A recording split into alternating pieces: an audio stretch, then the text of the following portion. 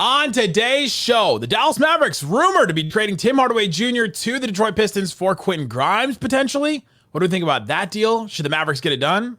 Is it a good deal for the Mavs? Talk about all that and more today. It's Locked On Mavs. I'm Luka Doncic, and this is Locked On Mavericks. To the Mavericks, NBA champions. Bang! Bang! It's good! And the Mavericks have won the game! If you don't believe, you shouldn't be here. Loyalty never fades away. And welcome. You're locked on to the Dallas Mavericks. My name is Nick Angstead, media member and NBA channel manager for the Locked On Podcast Network, your team every day. Thanks for being part of the show, making Locked On Mavs your first listen today. The best way you can help us grow the show is to listen every day on any podcast platform. Leave us a 5-star review, like the video on YouTube, and comment anything below. Let me know in the comment section what trade do you want to see happen on draft day. Curious what people think about that. Today's episode is brought to you by FanDuel. Make every moment more as playoffs wind down and the sports stop sporting like we all want them to. But this summer, FanDuel is hooking up all customers with a daily boost. Daily. That's right. Everything for someone out there all summer long. Visit FanDuel.com/lockedon to get started. Today, joining me, longtime friend of the show, Lauren Gunn. We're going to talk all about some trades. We're going to talk about, she's got some trade ideas. She's been cooking up longer than she probably should have been cooking up trades. God. She's been doing it. But we'll talk about that. We'll talk about some Jerami Grant type deals. We'll talk about those kind of rumors. We'll talk about Najee Marshall with the Jake Fisher rumors. We'll talk about that. But Lauren, we've got to start here. Mark Stein, also a friend of the show. Mark Stein had a report earlier today on his great Substack. Subscribe. It's a must for every Mavericks fan. He has so much Mavericks stuff on there because there are so many Mavs fans that have subscribed to it and ask him questions like incessantly. It's so funny to watch his chat and to watch like the chat in Substack. What about the Mavs? What about the Mavs? What about the Mavs? Just all the time.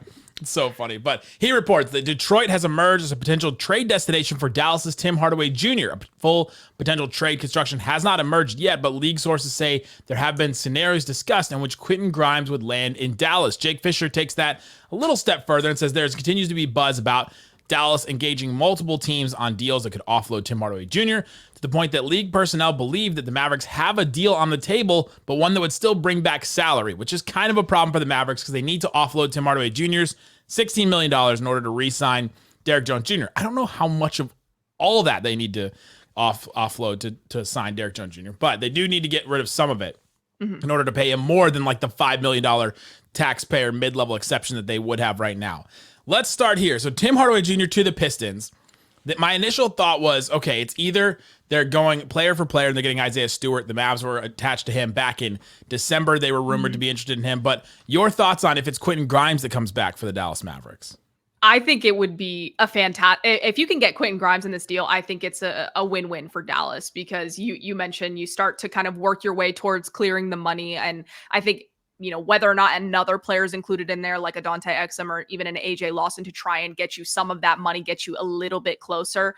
I'd be interested to see if that's something that Detroit does, especially with Dante Exum's contract being non-guaranteed and becomes guaranteed 2 days after the draft. So I think that that's something interesting to watch. But as far as the Grimes fit in Dallas, I am of the belief that this should be an offseason for Dallas to kind of continue to round out the roster. I don't think that they necessarily need to push all the chips in right now. And I think Grimes is a perfect piece for that in terms of fitting. He's a really solid catch and shoot guy, a really solid underrated passer, solid cutter. The defense is obviously there. I think as far as a fit, he would be great. His value right now is really low, but he's eligible for that rookie scale extension. So I think for Dallas, the timing of this move, the fit, the age, as far as being a movement shooter, it's a really, really interesting deal for Dallas. And if they can turn, Tim Hardaway Jr., what we just saw, the inconsistencies, blah, blah, blah, all of that turn into something like a Quentin Grimes, I think that would be a phenomenal deal for Dallas.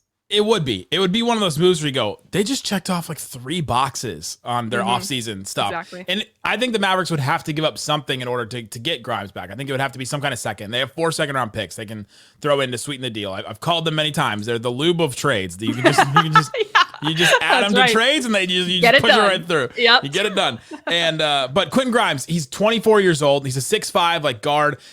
He's young. He's 6'5" with a 6'8", 6'9" wingspan. He shoots the ball pretty well. Like you said, underrated passer, good to okay to good defender, and that sounds so much like Josh Green. Like it sounds like exactly. There are similarities.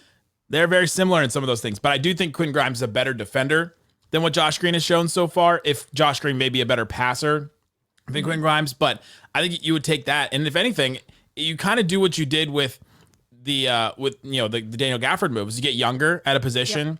You get, you go from Tim Hardaway to Quentin Grimes. You get younger there. You get Quentin Grimes would be a restricted free agent at the end of next season, so you don't get as many years on that deal as some of the ones that the Mavs have done in the past. But for the Mavs to continue to like add another piece that would be younger, be a position of need in some way, because we saw in that Celtics series, like it just came down to a time where you're like, I don't know how many of these guys Kid trusts right now to go out there and defend and actually credibly be out there and hit a shot and defend on the other end. Exum got a chance. Tim got a chance. Jaden got a chance. Like they're throwing all these guys out. Like, all right, who's gonna do it? Who's like gonna step up to the plate? And I think Quentin Grimes, if he projects to be the type of player that he was with the Knicks, he could be a guy that could play in that capacity. Yeah. Yeah, no, I completely agree. I mean, there are so many reasons why I think this would be an underrated move. I think for Detroit, just looking at their situation, being able to leverage a situation where there's going to be so much roster changes for them and looking at the draft, unless they trade back and keep pick 5, they're probably going to draft a wing. And so for them, that just once again lowers the value for the wings that they already have. And so I think that this move for Dallas, and obviously there are, I don't want to say concerns, but you have to proceed with caution because you don't want to get too young after you just made it to the finals. But when you look at someone like, Quentin Grimes, there was a point in time where he was borderline untouchable in New York. And then all of a sudden, a couple injuries, all of a sudden they're Stephen A still thinks he's untouchable in New York. Yeah, right? He still thinks he's on that team. Exactly. And so, I think Grimes is just a perfect example of one of these young guys who has kind of gotten a little unlucky with their role, kind of how the cards have been dealt. And I think you put him on a team with a passer like Luka, passer like Kyrie, to be able to benefit off of those catch and shoot opportunities. On top of everything else he brings, I think that as far as the catch and shoot, the movement shooting, the crowded space, his ability to hit those shots, I think that's where he could really continue to grow. And that's where he could differentiate himself from someone like Josh Green and even like Jaden Hardy. Yeah, we have to be careful here because the trade is not all right. Just those two straight up. The rumor from Stein is that there scenarios discussed in which Quentin Grimes would land in Dallas. And when they have these trade calls, they talk about all kinds of different things. Well, what if we did this? Well, what if we did this? Well, what if this? Would you throw in this? Who'd you send for this? Both sides just trying to gauge the value of how each team values these players. Maybe the Mavs went, oh, they kind of don't value Quentin Grimes as much as we do, so maybe let's bring in Quentin Grimes and see how that works. Right. There's also an interesting angle here where Trajan Langdon just got announced as the president of basketball operations for the Pistons. He was the GM of the Pelicans back when the Pelicans offered Tim Hardaway Jr. that big deal. Remember when the Mavericks extended Tim Hardaway Jr. and gave him that deal, and now everyone hates that deal. But at the time, he took less, everybody being fans, he took less to come to the Mavericks than he was offered by the Pelicans. And Trajan Langdon was the GM of the team at the time when he did that. So there's a connection there. There's also a weird connection today where Dennis Lindsey, who was the former GM, president of basketball operations for the Jazz, was an advisor for the Mavericks this past year. We talked about that on the show a year ago, probably. He was an advisor to Nico Harrison, advisor to the front office. He is now moving into an official position, a VP position over there with the Pistons. And so not necessarily the Maverick getting sent to the Pistons that we thought we would get today, but there's also an interesting scenario. There's all these kind of there's a lot of smoke with this right now. Yeah. 100%. Multiple people reporting on it. So it's absolutely, there's absolutely real talks happening. And if Stein reports it, you believe it. But it's not done yet. We'll see what happens. It could be done by the time you listen to this. But if it does happen, Lauren, and it's Tim for Grimes, and they clear up just enough money to sign Derrick Jones Jr. that he's okay with it, you check off so many boxes. 100%. 100%. Yeah, no, I think it'd be huge. And I think for Dallas, you have to be putting yourself in a position to not just, okay, how do we look next year? You've got to kind of have this long-term approach in mind because you're looking around at the teams that are making big moves like OKC with Alex Caruso and kind of just how Memphis is going to come back next year. There are going to be big changes this year. And so you have to set yourself up to be an improvement from last year, this year, but then also in the long term, which is why I think I don't want to say taking a swing on the young guys or a flyer or anything like that, but just guys that have shown significant upside that you feel pretty confident would be a good fit in your system. I think Grimes is one of those guys. And if you're Dallas, if you can get that deal done with, like you said, the 1 or 2 seconds or whatever it ends up being, I think it's absolutely something you consider. Absolutely. So this would be a good deal if it goes through. We'll see what happens with this, and we'll see how this develops. But coming up, let's talk about some of the other rumors that have gone on. Let's talk about Jerami Grant. Let's talk about a potential deal for him, and let's hear from some other trades that Lauren's been cooking up. We'll talk about that coming up. I don't believe you shouldn't be here. Today's episode is brought to you by eBay Motors. Passion, drive, patience, the formula for winning championships. It's also what keeps your ride or die alive. eBay Motors has everything you need to maintain your vehicle and level it up to peak performance. Things like superchargers, roof racks, exhaust kits, LED headlights, and more, whether you're into speed, power, or style. eBay Motors has you covered with over 122 million different parts to choose from for your number one ride or die, your car, truck, SUV, whatever you got. You'll always find exactly what you're looking for, and with the eBay Guaranteed Fit, your part is guaranteed to fit your ride every time or your money back, because with eBay Motors, you're burning rubber and not cash. With all the parts you need at the prices you want, it's easy to make your car the MVP and bring home huge wins. Keep your ride or die alive at ebaymotors.com. Eligible items only. Exclusions apply. eBay Guaranteed Fit only available to U.S. customers.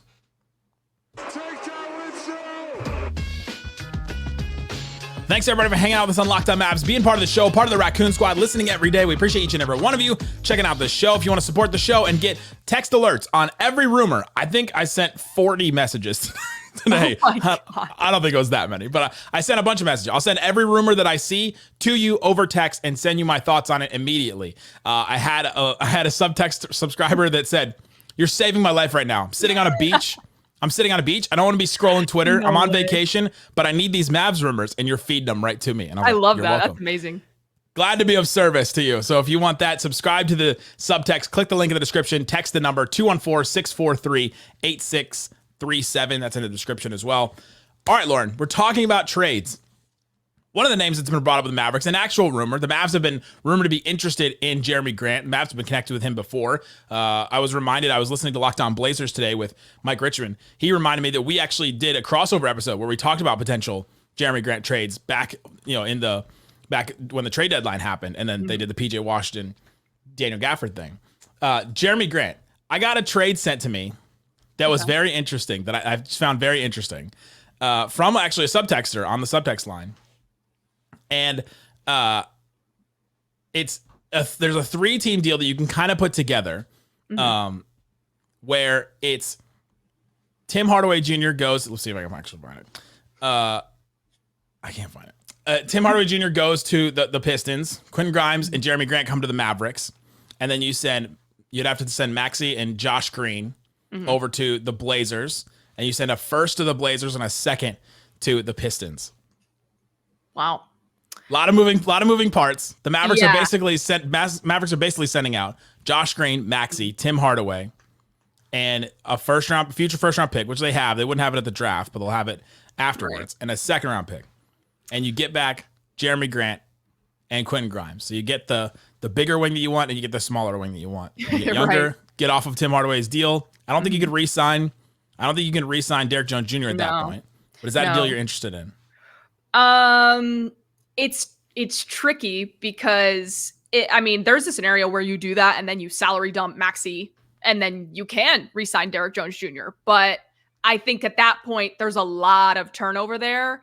And with Jerami Grant, I think it's an intriguing idea because you look at the situation, he's locked up long-term. Like there's a lot of similarities with maybe the PJ situation. I feel like there are similarities, but I think that this move, you're restricting yourself in a lot of ways if you commit to this in terms of being flexible, future moves, where your priority then goes with bringing back Derek Jones Jr. Because we saw what he looked like at certain points in the year when he was coming off the bench. Not quite the same impact. And so, are you just throwing that out the window and replacing him with Jerami Grant? Obviously, Jerami Grant does things that Derek Jones Jr. doesn't, but you're going a completely different direction at that point, and you're kind of committing hard to that direction. You're not really opening yourself up to, making the move later on for a tier up than Jerami Grant. And to me, that's where the Mavs focus should be right now is kind of setting the table, because kind of going back to this last year, I'm sure you guys have talked about it many times, but Tim Hardaway Jr., Maxey, Dante Exum, these were guys that were huge parts of the regular season. And then in the playoffs kind of fall off a bit. So if you can just reshuffle the deck a little bit around those, 7, 8, 9, 10 guys, I think there's a world in which things look very different next year. And so right now, I think kind of putting your focus there instead of just putting your chips all in on something that might work, that might make you a little bit better when there are already some sort of red flags with someone like Jerami Grant. That's where I think the focus should be. So I'm a little hesitant to pull the trigger on Jerami Grant. That being said, if it did happen, there's obviously stuff to be excited about there in terms of an immediate talent upgrade. So I would, of course, talk myself into it. But if it happens, that's what we all do. We end up talking ourselves into these deals. But personally, I am not in on the Jerami Grant move. I see the appeal, but I don't think it's the right one right now. It does limit flexibility because he does have a big contract. Now, I've talked about how the percentage of his contract, it's about 20% of the cap this year. Yep. By the end of it goes down to 19. And that's just projected what we think the cap will be in 4 years. It could go up a lot with the new TV deal and all that. And then all of a sudden you're like, okay, it's only 15% of the cap. And then, then he's comparable to some of the Mavs role players right now. Right. And so, but you do have to really believe in Jerami Grant. You really have to believe in him that he can replace not only Derek Jones Jr., but also what Josh Green was going to bring you, what Tim Hardaway Jr. brought in the regular season. And then Quentin Grimes is less of like oh, that'd be cool if that guy worked out, to all of a sudden, oh, we really need this guy to be good for us. And take a step forward. Like you were saying, in order for them to take a step forward, they would need both those guys to be good and to take a step forward in order to take that step together. Right. Their shooting would get a lot better. I feel much better about their shooting. They're competent shooting. Let's put it that way. They're competent shooting because there is good shooting there with Tim, Josh, and Maxey. But at times it's there where Maxey hits 5 threes and playoff game, and then he doesn't look like he wants to shoot in another playoff game, and that's tough. And then Tim, you can't play him all the time because of his defense and decision making and all that. And so then you need more competent shooting, which I think is what the Mavericks need at this point. It's an interesting deal, but that was do you have any Jerami Grant trades, or are you just out on him? I personally am out on him, but what I think is interesting is that for the Mavericks, if they do choose to go that route where they're solely choosing for Jerami Grant, it will, to me, I will take that as, okay, we're trading for Jerami Grant and we're choosing to move forward with him over Derek Jones Jr. Like, to me, I don't think finding a way to then salary dump to bring back Derek Jones Jr. necessarily makes sense. And I recognize obviously that goes against everything that they just said, that Nico just got done saying about priority 1A and 1B, which is when have they not done that in the past? Yeah, right. Which is why I don't think that this move, part of the reason why I don't think this move is the right one. But if they were to do it, you look at the immediate talent upgrade and then you look at, okay, around this, we have our clear starting 5. There's no confusion now who our starting 5 is. So how can we, build out around that? If we're moving forward with Jerami Grant, knowing Derek Jones Jr. is out, okay, what can we do with now the open roster spots, the leftover money? How can we shift things around a little bit to continue to round out the roster? And so, I think there are still paths to even trade into the second round, which is of this draft. And I'm a believer in this draft. And so I think there are still pathways forward if they choose to go the Jerami Grant route. I just don't think it's the most risk-free path for them. I know you've been a big proponent of Thybulle. If the Mavs instead do Matisse Thybulle, who the Mavs have been connected to in the past, he signed into an offer sheet last summer. He wants to come to the Mavericks. They get him instead of Quentin Grimes in a deal like that. Are you more for it or less for it? Basically, would you rather have Thybulle or Quentin Grimes? Oh, that's tough. If it's Tim for Quentin Grimes, I'd rather have say it's Tim for Quentin Grimes or Maxey for Thybulle. I'd rather have Quentin Grimes because to me, the value, the dollar value is low. I think what you have for Quentin Grimes and how that could open things up long term, getting off someone like Tim Hardaway Jr. and bringing in someone like Grimes, to me, the negative that you're turning into a positive for me is much different than Thybulle. Obviously, I'm all for the Thybulle move. But to me, that's the type of thing where you're kind of just shuffling the deck of trading maybe one limitation for another limitation. And so for me, I think Thybulle has more upside right now than someone like Maxey does. The money going in, Dallas can't take on any money coming back. The Thybulle deal allows them to avoid that problem. So I'm for a Thybulle trade, but I think that Grimes deal Nico could really be cooking there. Yeah, that one still to me seems like a really great one if that's what it ends up being. You check a lot of boxes. But yeah, there you go with some Jerami Grant talk. And coming up, Lauren's got some trades. I'm going to let her cook. I'm going to let her go through some of her deals that she's got. We'll talk about all that and more coming up. I don't believe you shouldn't be here. Today's episode is brought to you by FanDuel. If you're going to watch the draft and you're like, I'm a Mavs fan, but I don't really know what what am I interested in this draft? Well, maybe you decide yourself. If you're interested in Bronny James and you're like, man, maybe Bronny James will come to the Mavericks, but even if he doesn't, wow, it changed from yesterday. So the Bronny James, there's a special on Bronny James right now on FanDuel. The over-under for where he was drafted was 45.5. Like pick number 45.5 yesterday. And I was like baffled by how low that was. Today, what does FanDuel know? I'm about to do the Brian Windhorst fingers. What is 54.5? So if you go under, you think he could go to the Mavericks at 58? That's wild to me. FanDuel, go check it out. If you think there's no way that he gets past 54 and like 55, pick 55 basically, go ahead and pick the over on that one. All kinds of stuff on there. FanDuel, what do you know? FanDuel.com/lockedon to go check it out. There's daily boosts and bonuses, all kinds of stuff throughout the offseason. Got WNBA there as well, PGA, Euro Cup, Copa America, all kinds of things like that. FanDuel.com/lockedon. Shut it down! Let's go home! All right, Lauren, we're talking about trades. It's rumor time, baby. Right. You got some deals. What? I do. Give me your favorite one. Give me the one that you're like, My this favorite one. one? I love this one. Yeah, go for it. I mean, my favorite one is, to me, gives you your shot creation. I actually think also addresses buying low on another guy who's fallen out of a rotation and is another young guy. My favorite one is with the Atlanta Hawks, and it's for Bogdan Bogdanovic. Yeah. So this scenario right here is got Josh Green and Maxey going to Atlanta for Bogdan Bogdanovic and AJ Griffin. And I think Dallas is going to have to add draft compensation there. And so whether it's 1 second, 2 seconds, the Toronto unprotected 2025 second rounder, which I think is going to actually have a lot of value if they retain that pick, or 2 of the 2028 second round picks, or the first round pick that we were talking about earlier that's going to come available. I think that this trade right here, targeting someone like Bogdan Bogdanovic, who I think would have a lot of interest coming to Dallas and could potentially, have some influence there. I think if you have an opportunity to get him, he addresses a lot of need that they were clearly missing in last year's playoffs. So I think he's a guy that could start. I think he's a guy that could come off the bench down the line if they needed him to. And I think if you have the opportunity to get someone like AJ Griffin in there, he's someone that for context was playing less minutes than Wesley Matthews this year, played less minutes than Garrison Matthews and Bruno Fernand. Like, I don't know what the deal is. Yeah, right. I don't know what the deal is with Quinn Snyder, but he just does not seem to be super interested in playing this guy. So I think AJ Griffin is going to be on the move in the near future. It's just a matter of who can get him first. And he's, to me, a huge sleeper available on the trade market. So if you can somehow get him in a Bogdan Bogdanovic deal, which looks like Atlanta's headed for a fire sale, to me, this would be a huge win for Dallas. And by far, probably Bogdan Bogdanovic, I think he's probably the biggest contender ready piece that's going to be in high demand on the trade market. So a lot, you'd have to give up a bit to get him, but I think he'd be a great fit here in Dallas. Yeah, the Hawks are so interesting because they have the number one pick. They have these 2 guards that everyone has decided that they don't play well together because they have played exactly this. The Hawks played exactly the same, whether Trey's in by himself or DeJounte's in by himself or they're both in together. It's like it doesn't seem to matter when they're together.